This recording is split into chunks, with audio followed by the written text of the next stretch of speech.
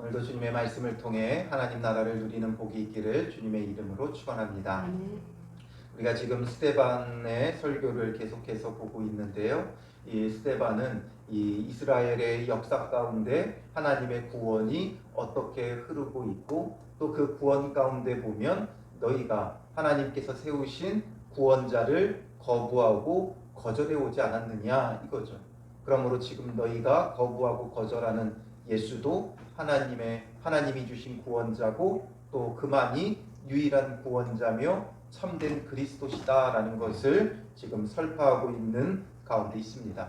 또 우리가 앞에서 아브라함과 그리고 요셉과 또 모세를 거부하고 거절하였던 이스라엘을 보았죠. 그래서 이제 모세가 거절당하고 거부당하여 미디안 광야로 도망을 가게 되어졌어요. 그렇게 도망가 있었던 모세를 하나님께서 다시 불러 그들의 구원자로 세우셨다라는 게 오늘 본문의 내용이죠. 그래서 모세의 생애를 40년 단위로 끊어서 말하고 있어요. 40년은 바로의 궁궐에서 바로의 공주의 아들로 살았고, 그리고 또 40년은 이제 미디안 광야에서 살았고, 이제 그 40년이 지난 후에 모세가 하나님 앞에 부름받아서 이제 이스라엘의 구원자로 40년을 살게 되어지죠.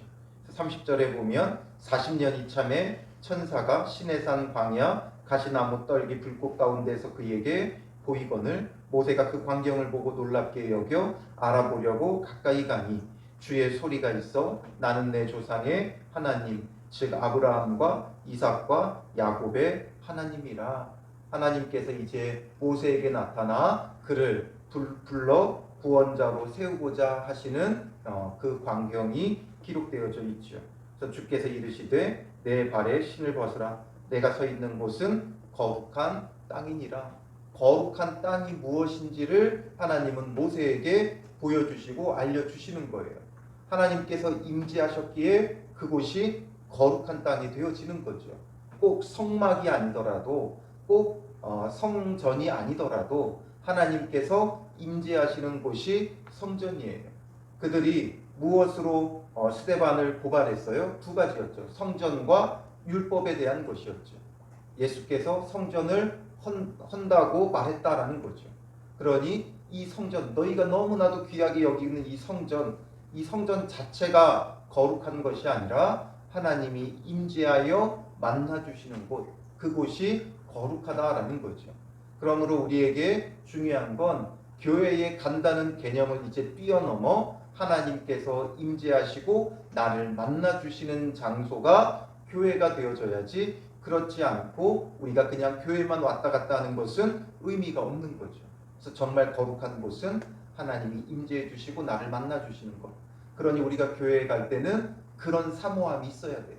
하나님께서 오늘 임재하셔서 나를 만나 주신다. 예배 자체가 목적이 되면 안 되고 우리의 목적은 하나님께서 임재하셔서 나를 만나 주시는 것. 주님과의 그 교제, 그것을 사모하는 믿음이 우리에게 필요한 것이죠. 그러면서 하나님께서 나는 내 조상의 하나님, 즉 아브라함의 하나님, 이삭의 하나님, 야곱의 하나님이라. 이것은 곧 이제는 내가 너의 하나님이 될 것이고 또 이렇게 대대로 언약 가운데 하나님이 되어주고 계신다라는 거죠. 언약의 하나님이심을 말씀해주고 있는 거예요. 그러나 모세는 무서워서 감히 바라보지도 못할 때 하나님께서 거룩한 땅이다 말씀하시면서 찾아와 주시고 만나 주시는 은혜의 장소가 되는 거죠. 그리고 34절에 뭐라 그래요? 내 백성이 애굽에서 괴로움 받음을 내가 확실히 보고 그 탄식하는 소리를 듣고 그들을 구원하려고 내려왔노니 이제 내가 너를 애굽으로 보내리라 말씀하시죠. 이제 내가, 하나님께서 하시는 일들이라는 거예요. 철저히 구원은 하나님이 하시는 거예요. 우리의 노력으로 되어지는 게 아니라 하나님의 은혜의 선물이죠. 그래서 또 하나님께서 이제 모세를 통한 구원을 지금 이스라엘 백성에게 행하겠다라는 거예요. 그러니까 진정한 구원자는 누구예요? 하나님이시죠. 그러니까 모세를 바라보지 말고 하나님을 바라보라는 거예요. 그 하나님이 누구를 통해 구원을 베푸시느냐, 이게 중요한 거죠. 누구 자체가 중요한 게 아니라, 모세 자체가 중요한 게 아니라, 그들은 모세가 준 성전, 모세가 준 율법, 모세 외치고 있지만 모세가 중요한 게 아니라 그를 보내신 이가 하나님이시고, 하나님이 이제 우리의 구원자로, 메시아로, 그리스도로 누구를 보내셨느냐, 이걸 바라보라는 거예요. 그러니 지금 이들이 거부하고 있는 예수 그리스도, 하나님은 그를 통하여 이제 우리에게 구원을 베풀고 계시는 것이고, 우리는 바라보아야 되는 건 예수 그리스도죠. 그동안 아브라함, 또 요셉, 그리고 또 이제 모세, 그리고 그 이후에 다윗, 이런 사람들은 전부 다 누구예요? 예수 그리스도를 예표하는 자들이었어요. 예수님이 오시기 전에 예수님이 어떤 분인가를 보여주는 그런 사람들에 불과했던 거죠. 그러니 그들을 보지 말고 예수를 보라는 거죠. 하나님께서 누구를 통해 구원을 베풀고 계시느냐, 그걸 깨달으라고 외치고 있는 거예요. 그래서 35절에 그들의 말이 누가 너를 관리와 재판장으로 세웠느냐 하며 거절하던 그 모세를, 그들이 모세를 거절했었죠. 어제 보았듯이 누가 너를 관리와 재판장으로 우리 위에 세웠느냐 하면서 모세를 거절하고 거부했어요. 그런 모세인데 그 모세를 하나님께서 어떻게 하셨다는 거예요? 하나님은 가시나무 떨기 가운데서 보이던 천사의 손으로 관리와 속량하는 자로 보내셨으니 되어 있죠. 너희가 거절했는데, 누가 너를 관리와 재판장으로 세웠느냐 하며 거절했는데, 하나님이 그 모세를 지금 관리와 속량하는 자로서 보내셨다라는 거죠. 누가 그랬냐, 누가 세웠냐 말했지만 하나님이 세우셨다는 거예요. 그러니 이제 이 모세를 거부하는 건 누구를 거부하는 게 되는 거예요? 하나님을 거부하는 거죠. 누가 우리의 관리와 재판장으로 세웠느냐 따지며 그를 거절했는데, 이제 하나님께서 그런 그를 오히려 그들의 관리와 재판장, 속량하는 자, 구원자로 세웠으니 그 모세를 거부하면 하나님을 거부하는 거다라는 거죠. 이처럼 이제는 예수님을 통해 하나님께서 그들의 관리와 속량하는 자, 구원자로 세우셨으니 구원자 예수를 거부하는 건 누구를 거부하는 거예요? 하나님을 거부하는 거죠. 그래서 이 사람이 백성을 인도하여 나오게 하고 애국과 홍해와 광야에서 40년간 기사와 표적을 행하였느니라.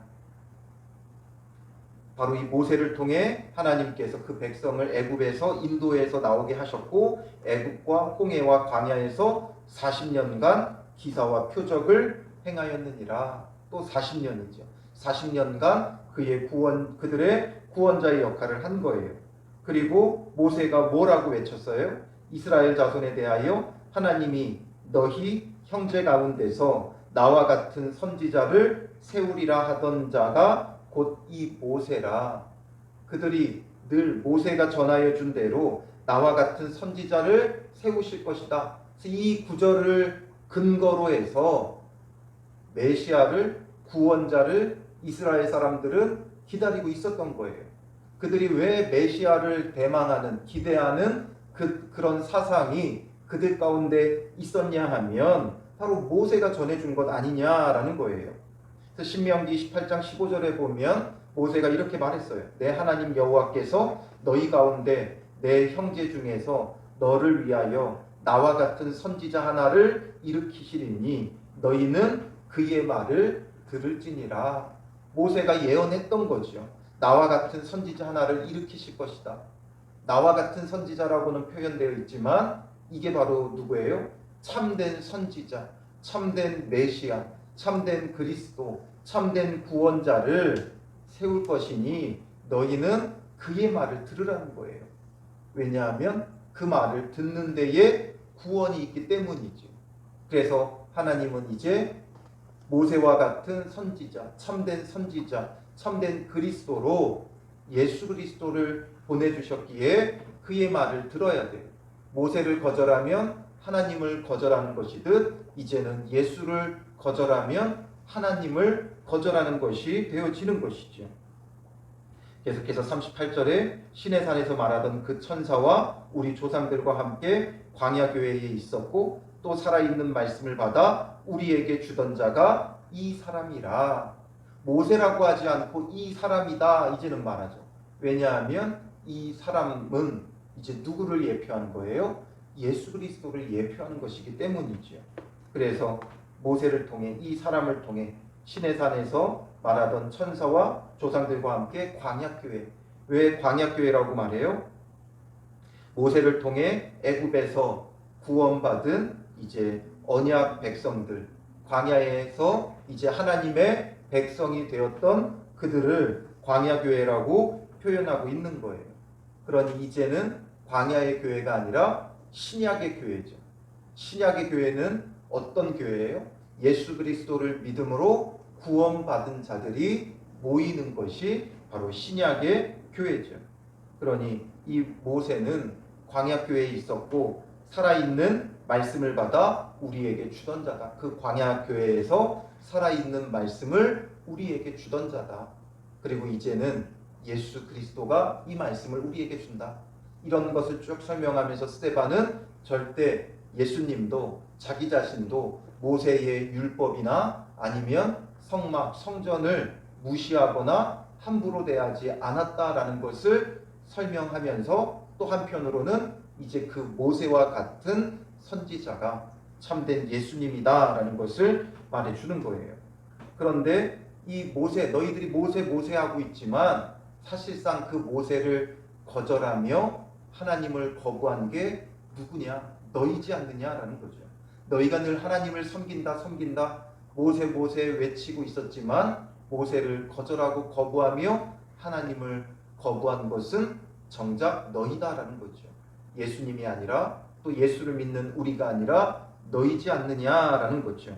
그래서 39절에 우리 조상들이 모세에게 복종하지 아니하고자 하여 거절하며 그 마음이 도리어 애굽으로 향하여 아론더러 이르되 우리를 인도할 신들을 우리를 위하여 만들라. 애굽 땅에서 우리를 인도하던 이 모세는 어떻게 되었는지 알지 못하노라 하고 그때에 그들이 송아지를 만들어 그 우상 앞에 제사하며 자기 손으로 만든 것을 기뻐하더니 그들은 끊임없이 모세를 대적하고 거절했죠. 모세가 와서 그들을 구원해 준다고 할 때 환영했다가 조금 어려움이 찾아오면 대적하고 거절하고 거부하고 그 애굽에서 바로가 완악한 마음으로 그들을 괴롭히니까 거부하고 또 거절하고 또 광야에 나와서도 애굽에서 건짐 받았는데도 불구하고 광야에서 물이 없다, 마실 것이 없다, 또 대적 때문에 우리가 죽게 되었다 하면서 번번이 계속해서 거부하고 거절했던 그들의 역사를 그들 자신도 너무나 잘 알고 있는 바죠. 그러니 그것에 대하여 말하고 있는 거예요. 그리고 그 중에 가장 대표적인 사건, 시내산에서 금송아지를 만들었던 사건을 말하죠. 모세가 올라갔고 시내산에 올라갔고 내려옴이 더디자 모세가 어떻게 되었는지 알지 못한다 하면서 그때 그들이 송아지를 금으로 구워 만들고 그것을 섬기며 기뻐하지 않았느냐? 너희가 모세를 거절하지 않았느냐? 너희는 모세 하고 있지만 정작 그 모세를 거부하며 하나님을 거절했던 건 우리 조상이고 또 지금 너희다라는 거죠. 그러니 너희가 예수를 거부하고 거절하며 하나님을 거부하고 있다는 거예요. 그래서 하나님이 그들을 외면하사 그들을 그 하늘의 군대 섬기는 일에 버려두셨으니 하나님께서도 그들을 버려두셨다라는 거죠. 하늘의 군대 섬기는 일. 하늘의 군대는 천군 천사를 말하는 것이 아니라 이제 하늘의 군대는 자연계의 피조물들, 1월 성신, 하늘의 군대, 하늘에 떠있는 해, 달, 별들 이런 것들을 너희가 섬기는 것을 하나님께서 내버려 두셨다라는 거예요. 이는 선지자의 책에 기록된 바 이스라엘의 집이여 너희가 광야에서 40년간 희생과 제물을 내게 드린 일이 있었느냐라는 거죠. 이 선지자의 책은 아모스서를 말하는 거예요. 아모스 5장 25절에 이스라엘 족속아 너희가 40년 동안 광야에서 희생과 소제물을 내게 드렸느냐? 그것은 뭐예요? 드리지 않았다라는 거죠. 물론 제사를 드렸을 수도 있겠죠. 그러나 그런 참된 제사를 드렸느냐? 너희가 마당만 밟고 돌아가지 않았느냐? 이거죠. 아까 말했듯이 하나님께서 임재하시고 만나주시는 곳이 거룩해요. 성막이라고 지어놨다고 거룩한 게 아니라 그 속에서 정말 하나님을 만나고 하나님의 임재와 하나님의 구원을 사모했다면 그들이 참된 희생과 제물을 하나님 앞에 드렸겠죠. 그리고 그 참된 희생과 제물은 누구의 예표예요? 예수 그리스도의 예표죠. 그러니 그렇게 참되게 드렸다면 이제 그 예수도 그들이 참되게 믿고 하나님을 섬기는 자가 될 수 있었다라는 거죠. 그러니 스데반은 굉장히 우회적으로 설명을 해요. 그리고 그것을 이제 전하며 마음에 찔리는 자는 예수 그리스도를 믿을 것이고 그렇지 않으면 결국 이들처럼 하나님을 거부하는 자가 될 수밖에 없는 거죠. 그래서 그들은 43절에 몰록의 장막과 신 레판의 별을 받아들였으며 이것은 너희가 절하고자 하여 만든 형상이로다. 몰록이라는 신은 암몬의 신이죠. 굉장히 대표적인 신인데 그 신은 머리는 송아지 형상이고 몸은 사람의 몸으로 되어 있어서 이 가슴 부분은 텅 비어 있어요. 그리고 거기다가 불을 지펴서 아이들을 희생제물로 드리는 인신제사를 드리는 굉장히 악한 우상이죠. 그리고 신 레판이라고 레판의 별 되어 있는데 이 레판의 별은 아수르인들이 숭배하던 토성이에요. 토성을 레판이라고 불러요. 그러니까 하늘의 별을 숭배하는 거죠. 그래서 대표적으로 이 두 신을 너희가 받아들이고 섬기지 않았느냐. 결국 우상을 섬기는 이유는 무엇 때문이라고 그랬어요? 두려움 때문이죠. 얼마나 두려우면 자기의 자식을 희생제물로 그렇게 바칠 수 있겠어요. 자기 자식을 불태워서 제물로 드린다는 게 있을 수 없죠. 내 목숨보다 귀한 게 내 자녀 아니에요. 그런데 그 자녀를 불태워 죽여 제사를 드린다는 것은 얼마나 무서운 신이었으면 그들이 그렇게 했겠어요. 그 두려움 속에 항상 우상은 그들이 모세가 내려옴이 더디니까 금송아지를 만들었죠. 광야 가운데 덩그러니 놓여 있으니까 자기들을 인도해 줄 자가 없다 생각하여 두려워서 자기들을 인도할 신을 만드는 거예요.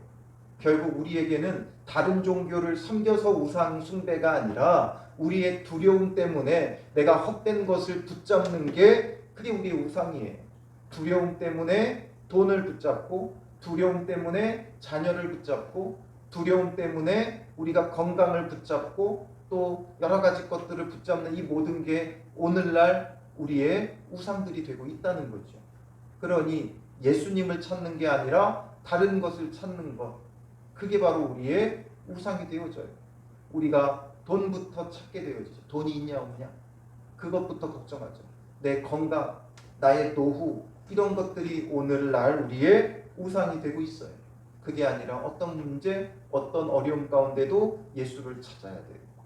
그러니 이들이 지금 이런 두려움 속에 모세를 거부하고 거절하였고 그러니 결국 하나님을 거부하는 것이었고 그래서 결론이 뭐예요? 43절 마지막에 내가 너희를 바벨론 밖으로 옮기리라 함과 같으니라.